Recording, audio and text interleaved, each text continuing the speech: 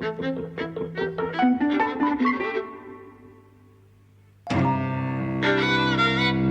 and welcome to Eavesdropping at the Movies. I'm Mike. And I'm Jose. And today we're talking about Come and See. This film has a reputation. It's a Russian film from 1985, directed by L.M. Klimov. It comes up with people online, things like that, war films. People always bring up Come and See, and they kind of bring it up in the way that to me always suggests that they haven't actually watched it, but they've just heard other people mention it. You know, so this kind of thing gets around that it is the greatest war film of all time, and in particular kind of has the greatest anti-war message of all time, and it's a very, very hard watch. But I like to say, it always kind of seems to me that people say that in a way that suggests they haven't actually seen it. It's just part of this kind of cultural thing that it gets passed around and no one's actually sat down and watched it. We have now. It's interesting, actually, you posted on Facebook just before we watched the film, this is what we're watching tonight, and 7 or 8 people came out and said, oh, great film, wonderful film. I believe they've seen it. Well, I think one of the people has written a book about films of World War One, so right. I'm sure he saw lots of war films. But actually, it's not the kind of film that I would have expected many of my friends to see, though, perhaps I'm wrong. I mean, some people in that post also said, I couldn't possibly watch it, So Eastern European cinema and Russian cinema doesn't circulate very much. There's Tarkovsky, and that's about it. Yeah, there's like right. 2 or 3 big names, and Klimov is not one of them, really. Well, he is in other circles. But all this to say that, these films are difficult to see. They're not part of the canon per se, which is very much orientated towards, France, England, the US. And that's, about it, to be honest. So, Japan. Yeah. So I'm not surprised that the film, people might not have seen it. I certainly hadn't. Yeah, and to be fair, I'm talking completely out of prejudice. Maybe everyone online who says they've seen it has seen it. I just tend to think they're lying. Yeah, you can usually tell. Yeah, I think you maybe can. Anyway, the film is set in 1943 Belarus. At the time, Belarus was a Soviet Socialist Republic, and it was kind of the gateway through Poland to Russia. So it was important in Operation Barbarossa, which was the Nazi attempt to invade the Western Soviet Union to occupy Lebensraum, all of that kind of stuff. Because basically it sits east of Poland, north of Ukraine, west of Russia. It's the doorway to Russia. So Operation Barbarossa was 1941, and by this point the Nazis are occupying. And the film begins with a couple of kids on a beach playing. These are Belarusian kids. Well, they seem to be playing. They're also digging for rifles, right? So there's an old guy there who's telling him, don't dig, the Germans are going to see you. And you're kind of going, what's going on here? They are searching for rifles on the bodies of these German soldiers who've been killed by partisans, Belarusian partisans, freedom fighters, resistance fighters. Once they've got a gun, the credits roll, it's like they can join the resistance, right? And as the film develops, it's possible to get into spoiler territory, and obviously we will, right?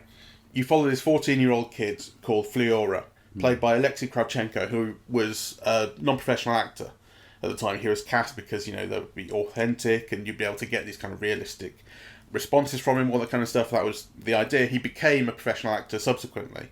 He's very well cast. Yeah, I agree. So he goes off to join the partisans, immediately loses them. They leave him behind, essentially being nice to him, even though he doesn't see it that way, when they go off on a mission, because he'll be immediately killed. The camp is attacked. He goes off to other places, meets up with other people, and you're taken on this ad hoc kind of road trip through Second World War Belarus, through all these villages that are being destroyed. And every time you get to somewhere, when he goes back home, it's been destroyed. He doesn't quite realise that, but the girl he's with does. Well, because she sees it and he doesn't. Yeah, exactly. He believes that his family has escaped and she has to kind of knock it into him. Yeah. You've touched on the important things, which is that the film begins with these kids playing at war and seeing the glory and the romance of war. And then the whole of the rest of the film is about disillusioning them from that, showing them and us all of the horrors of war. Yeah, specifically him, because I think you only see that the other kid right at the start, don't you? Yes.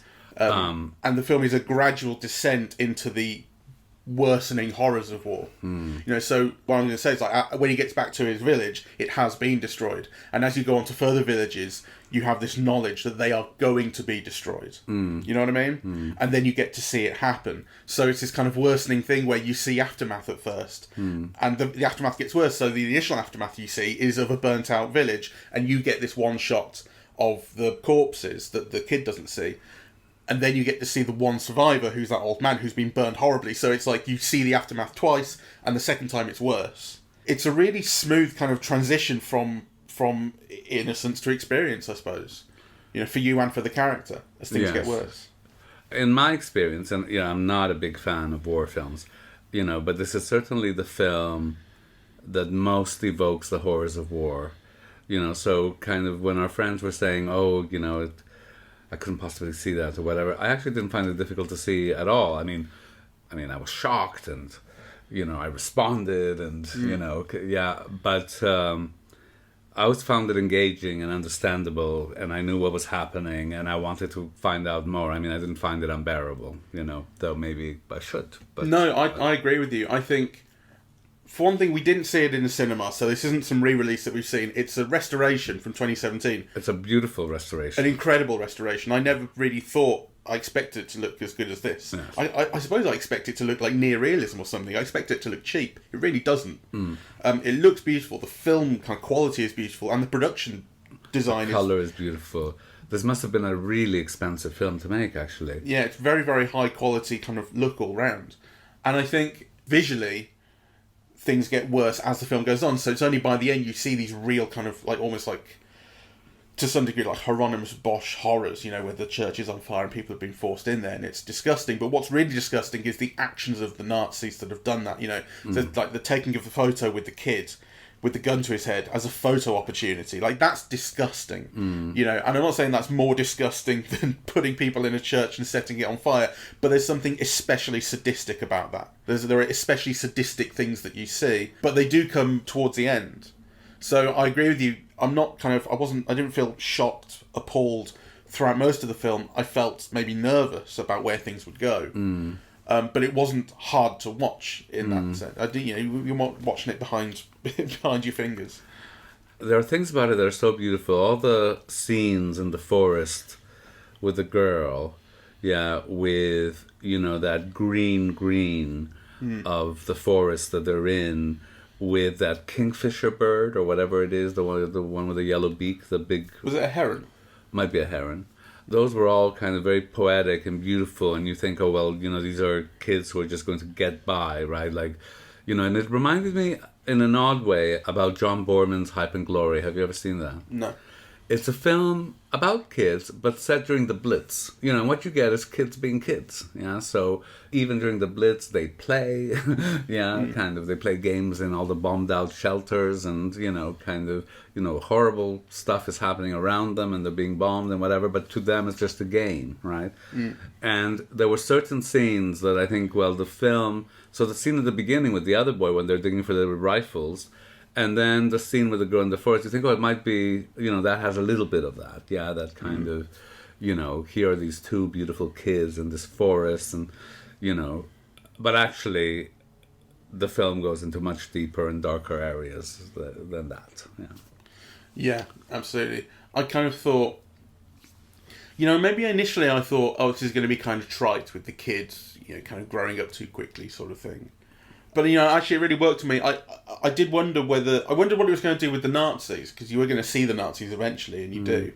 I wondered whether there would be, an equivalent 14-year-old kid on that side.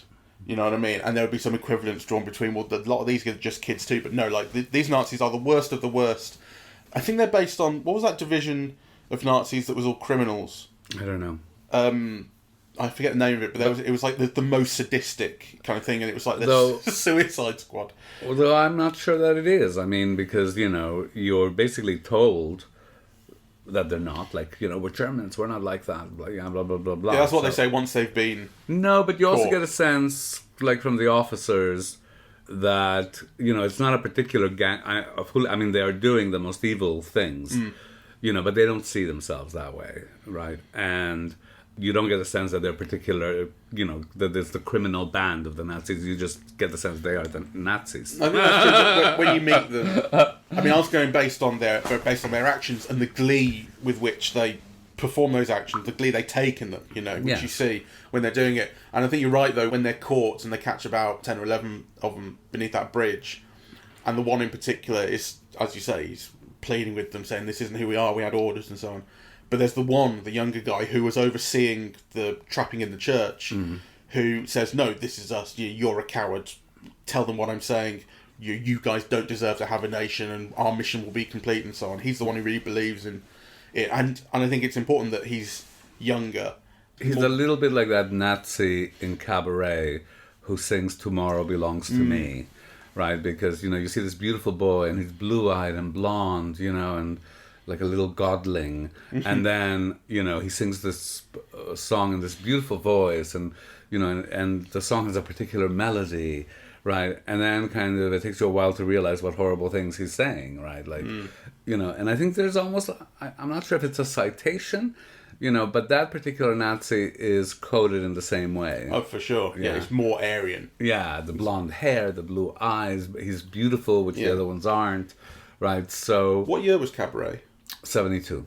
72, because this began production in 77. And then, because of the fight to get past the censors and so on, it didn't get made for 8 years.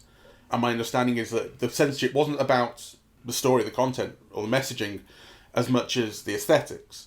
Oh. Yeah, and because ultimately this film was made, as far as I'm aware, without compromise, without compromise to censorship, as far as the director wanted it, and he wrote it too, co-wrote it. So you get the sense that, like, it's not the messaging, right? The messaging is, these people were the victims in this, and the Nazis are completely the aggressors. That's not a problem for, the state to promote. The problem would be the aesthetics, which ultimately they seem to have come around to. I mean, there are some images that I'm sure I'll never forget in my life, really. The boy with the gun in his head, the girl from the beginning with her legs full of blood, as she appears. I mean, the interesting thing is that the film is filmed really lushly. The image is very dense and textured and colourful. I'm sure that, certain images would have been found offensive, for sure. And some of the scenes are absolutely harrowing. So, you mentioned, the Nazis at the end. But I thought one of the interesting things about the film is how you think they're a spectral presence initially, right? So they're dead. Or you see the planes overhead, which is like a recurrent motif, right? Then you begin to hear rustling sounds. Then you see people kind of appear in the fog. Yeah, then you see formations, but actually you don't see any faces or any real people, right? Like, so for much of the film, maybe the first hour, they're almost spectral. Yeah, they're there, but really out of sight or barely seen or flitting by, right? And I thought that was like kind of really beautiful because, of course, in the last half of the film, they appear with all the Nazi-ness, right? It kind of made me think of, because I agree with you, I think it reminded me of Suspiria. In fact, the original Suspiria, which we watched recently, where we were talking about the fairy tale aspect to it. There's something fairy tale in the first half or so of this, I think, where, like you say, you have these kind of ghostly presences, I think, a part of it, and the kind of walking around the woods, not kind of knowing what's there. It's kids, right? There's a Hansel and Gretel. And the cauldrons and the Exactly, family. they go home and the cauldron's still hot. The stove, the pot on the stove is still warm. And there's like a Hansel and Gretel thing with the two kids, and they have an interesting little kind of slightly flirtatious relationship. There's some playfulness to it, but they're in this very dark world where danger kind of lurks. And there's something about it being seen through the eyes of children, that gradually falls away as the horrors become more and more real. And you get this repeated shot of the boy's face, and it's in close up, and it's kind of maybe not quite breaking the fourth wall, but he's certainly staring towards the camera, if not directly down the barrel. I think at the end he stares directly at the camera. Yeah, this is one I thought. Like throughout the rest of the film, I thought, oh, they're staring just past the camera. That's what it felt like. But right at the end, it was really direct, wasn't it? But throughout, they are staring at least towards the camera, and the camera is face onto them, and they're in shallow focus. It's a portrait shot of them, and particularly of this boy most of the time. And you could just track the film by like how much dirt is on his face and scars and blood and the bags under his eyes and dust and his hair going grey. He ages, throughout the film, despite the fact he's still clearly 14 at the end, but he has miles on him by the end. Yes. Initially there are some scenes where he looks really beautiful. He's got beautiful skin and these rosy lips, right? And even though he's already had several adventures, there's kind of like a glow about him.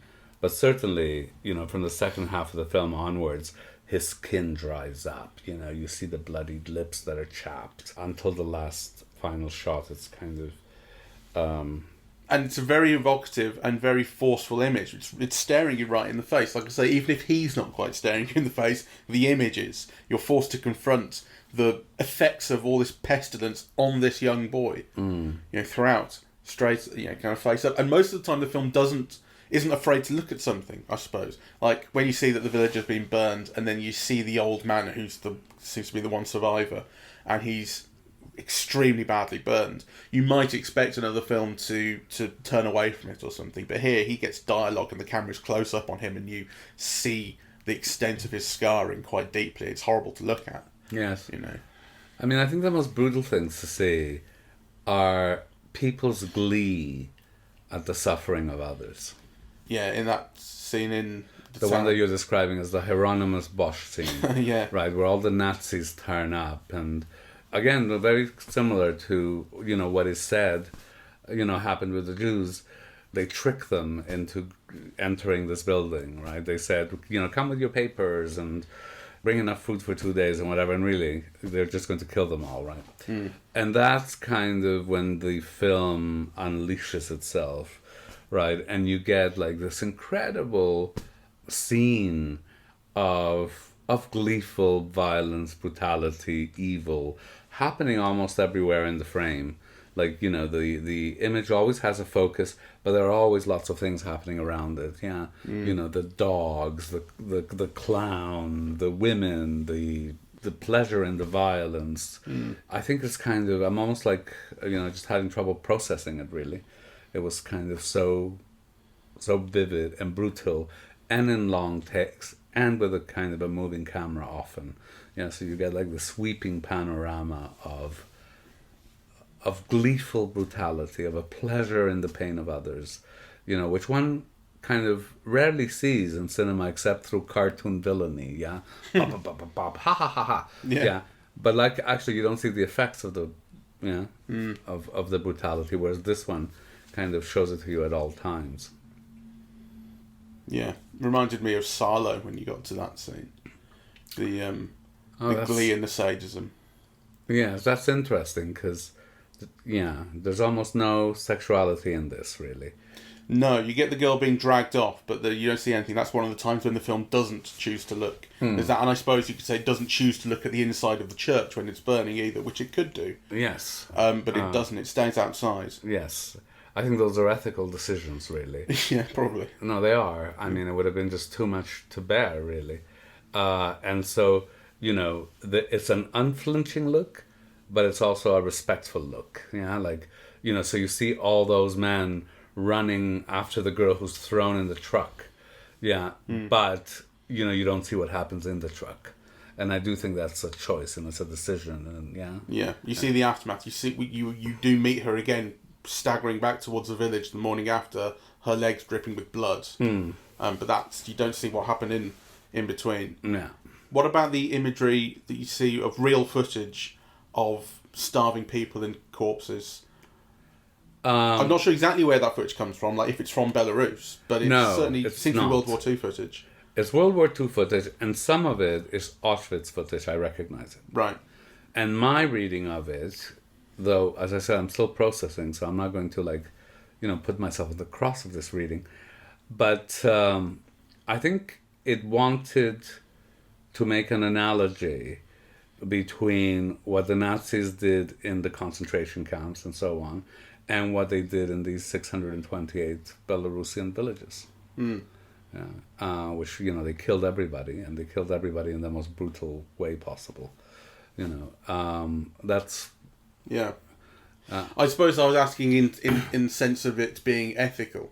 the film hasn't shown us anything that was real footage up until now, or documentary footage, and now it chooses to just for a few seconds. I think what I didn't like about that. So let me backtrack a little bit. I liked it, and I thought it was purposeful. It was trying to say this is part of World War II. Yeah. And there's the film is almost like backtracking as if, it would be possible to erase all of this, right? But I think what I don't like about the film is it has a kind of a great man theory of history or something, right? It's all Hitler's fault. And I think in doing so, it's a paradoxical thing because the Germans are shown in the worst light possible. I don't think, I've seen them depicted this bad, this evil, even in like Hollywood films or cheap Hollywood melodramas. But on the other hand, the film absolves the German nation by blaming it all on Hitler. The original title of the film was Kill Hitler. Right. Well, I think World War II was about more than Hitler, and though the soldiers tried to blame it all on Hitler, the German soldiers, we were forced to do it, we were ordered to do it, right? Like a lot of the debates around the Nuremberg trial, this is my fault, I had to follow orders. Yeah, absolutely. Yeah. Well, the film on the one hand seems to be saying, but you did this, so you die. And on the other hand, it says it was all Hitler's fault at the end as well, which I didn't like, unless I'm misreading it somehow. Well, I actually did feel the end was interesting, and it really surprised me when, so after these Germans have been shot by the villagers, the boy sees this portrait that we've seen a few times of Hitler, and it says Hitler the Liberator at the bottom. And he shoots it, and as he shoots it more and more, you see real footage of Hitler, and real footage of all things surrounding Hitler, real documentary footage, and they reverse. Buildings collapsing, they reverse, so they, like Tenet, they are restored to their original state, and it all speeds up and speeds up and speeds up, and the kid takes 4 or 5 shots, and it's all happening in this kind of cacophony of noise and image. And then you get to an image of baby Hitler on his mother's lap. Yes. And the kid doesn't shoot. And, I think you're meant to read that as the kid holding on to his humanity, I guess, realising that Hitler is a person.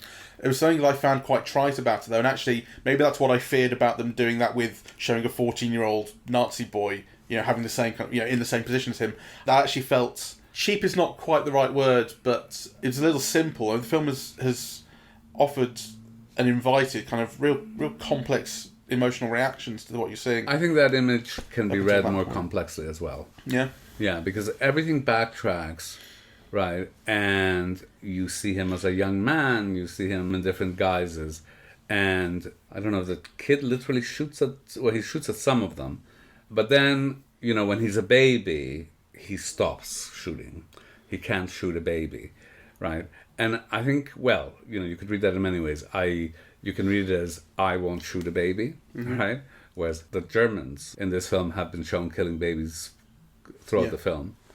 And actually the fact that it's children, is underlined over and over and over again. But also it can be read as, this child is still to be made, right? Like, whatever turned this child into Hitler is not inevitable. I mean, a child is all potentiality and presumably can grow up in different ways, right? Unless you believe that, like, somebody's inherently evil and they're the devil and so on. But I wouldn't think that would be the case here because they're communists. So, they don't have that sense of God.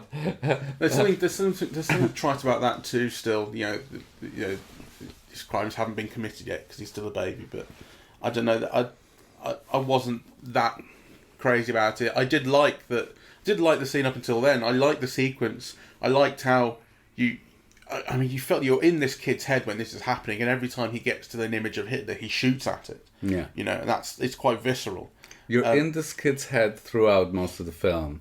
I was really fascinated by the use of sound in that regard. Yeah, how he's shell-shocked. So, for entire sequences you don't hear, kind of what's happening except in this very muted way. Yeah. You hear the sounds of the forest. Yeah, it's all kind of, very subjective, and it's done through sound rather than point of view alone, yeah? Yeah, well, with point of view, you're not entirely with him because there is that shot that we've pointed out where the girl sees the bodies in his village and he doesn't, and we see them. So there are times, at least, when we're given a perspective on things that he isn't. Yes. But for the most part, we are basically situated within his point of view. And you're right, the sound design is very powerful in doing that. Although, again, there's something interesting, right at the end when that Mozart comes in, that's not Mozart that this kid would ever have heard. Where's that coming from, and what's the purpose of it? It's very light. It's a very, very famous piece. There's something, because he goes off at that point to rejoin some more partisans who he spotted running through the woods, and we kind of go through the woods with him, and there's something light about it at that point, despite everything we've seen. I didn't find it light. I found it religious. I mean, I don't know what the piece is, though. I recognize it. But I don't know what it's called. Isn't it Lacrimosa? I think. Let me just quickly Mozart. Well, Lacrimosa already doesn't sound light. What does Lacrimosa mean in English? Requiem. It's Requiem, isn't it? I think in Italian it means something to do with tears. That's it, yeah. Lacrimosa, meaning Latin for weeping or tearful. Yeah. You're welcome. Quite right. There are many scenes that fascinated me. So there are things that almost seep into your skin, right? Like, the scene where he travels through the bog to see if his mom and sisters have found refuge in the island. And he finds that, in fact, some villagers have, but not his own parents. And there was something about just using the butt of the gun to make their way through the bog, right? It's almost like you felt it, right? You felt the grit of the mud and the cold. And it goes on for quite a while. He shows you that, the struggle that is, to reunite what can no longer be reunited. So that really fascinated me. The other scene that fascinated me was when he and a band of people from 3 or 4 other men from the island go and try to get food because everyone is starving in the island.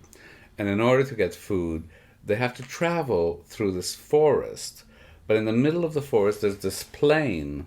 There's this empty, deforested area where they're easy targets for German snipers, right? And there was something about the way that was shot, almost like lethal or macho or, as they travel. And that scene lingers, for quite a while as well, right? Like, they travel a bit and, and then all of a sudden, like, all the snipers come in and, and then they stand up and continue and they're laughing even, I think, as they do so.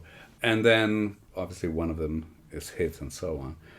But the duration of that scene, the way that it unfolds, the character's attitude to it, the fact that you don't see any German person, it's just, lights. I thought, I have to think about that some more. I thought it was, like, incredible. Yeah, and there's I think there's a black comedy to some of it as well. They have to retreat, and there's this thing about the cow and trying to get the cow back. And then the cow dies, and it's like everything they do is just doomed in some way or another, and they're trying to get this cow across a field, and what are the odds? There's something darkly comic about that to me.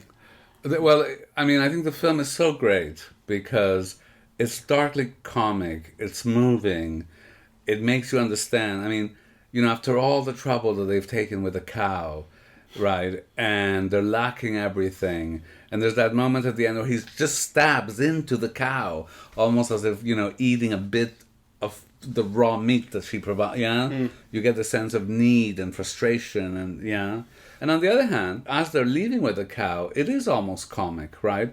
And certainly you're made to see the beauty of the cow, and, there's also, again, almost like a haptic thing, about the milking and the drinking of the milk. It's almost like you could feel their hunger, like kind of, they're saying, oh, this is like heaven, and it's almost like as if they haven't had any calories in their body for weeks or something, right? Like, the film is really wonderful at conveying all those bodily, needs, And the film's definitely content to live in the absurd from right at the start, when you really don't know what's going on with the kids playing, and the kid, the one kid who's searching out the other kid, Flyora, is hiding. And the one kid searching out has, he affects this voice that is really not coming from his throat, is it? It's almost like an electronically modulated, like evil, deep voice that he puts on. And you hear their voices like this once or twice in the rest of the film. It's just something off about them. And when Flyora first meets the girl in the woods, and she's behaving in quite a weird way to him, to the point where he goes, "You're crazy," you know. She's saying some odd stuff, and you get what is she doing? How is she teasing him? Does she mean what she's saying? There were some weird interactions between them. Was it putting like rose petals on his body? Yes. I don't know. I thought all of that. I found all of that really both tender and youthful and exuberant. I mean, those scenes in the forest are what is lost by the war. I think it's certainly true that no matter what you can imagine the kids will go through when you see them that early on, it's nothing compared to what you actually end up seeing them go through. That's right. It's really impossible to imagine the kind of... I think it's easy to kind of give people the wrong impression actually about the film, because we've already said that for a long time it's not full of this brutality. No, and it's not unbearable. No. Like I said, I'm still trying to process it. I think it's really beautiful. It's great filmmaking. Some of the shots are amazing because, I mean, they'll often begin by following 2 or 3 people, and then the camera goes on and on and on and on, right, following them, and then you'll get into this vista of war and people running through fields and dogs and tanks, and I mean the direction of that must have been incredible. Just the mechanics of it, of getting these people moving in these particular ways, so that they're in the frame and on camera. I found it really gobsmacking, actually.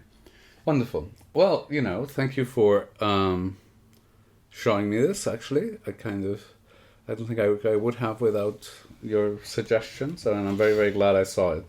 It's very interesting what comes your way and what doesn't, and, people easily confuse what comes your way as what is, right? So I think it's great to discover, works, staggering works like this, that are not quite in your field of vision. And I'm glad I watched it, because now whenever someone, says online, "Oh, this is a great film," he's like, "Have you seen it though? Have you actually seen it?" I've seen it now. And I'm better than you. You could ask them, what did you think of the use of the fog? Yeah, exactly. That's what always used to get me, When people at university would have conversations about The Godfather, and I'd be there trying to wing it, going, "Yeah, I've totally seen it." And then someone would ask you, "What did you think of the closing shot?" Yeah. And you go, "Love it." Exactly. It's that, or you just walk out of the room. I'm not having this conversation anymore. All right, so shall we wrap up? Mm-hmm. Yeah, so highly recommended, and it is available. So do see it if you can. It's really a staggering work, and very, very beautiful, very deeply moving, and I think kind of really complex in a very accessible way. And I would say don't be turned off by that reputation that it has, because part of that reputation is that it's incredibly hard to watch, and it's not. Yeah. All right. Thank you very much for listening. We are Eavesdropping at the Movies, and we are on Apple Podcasts, Google Podcasts, Spotify, SoundCloud, and YouTube. On social media, we're on Facebook and Twitter, and the website is eavesdroppingatthemovies.com. Thank you very much. Bye-bye.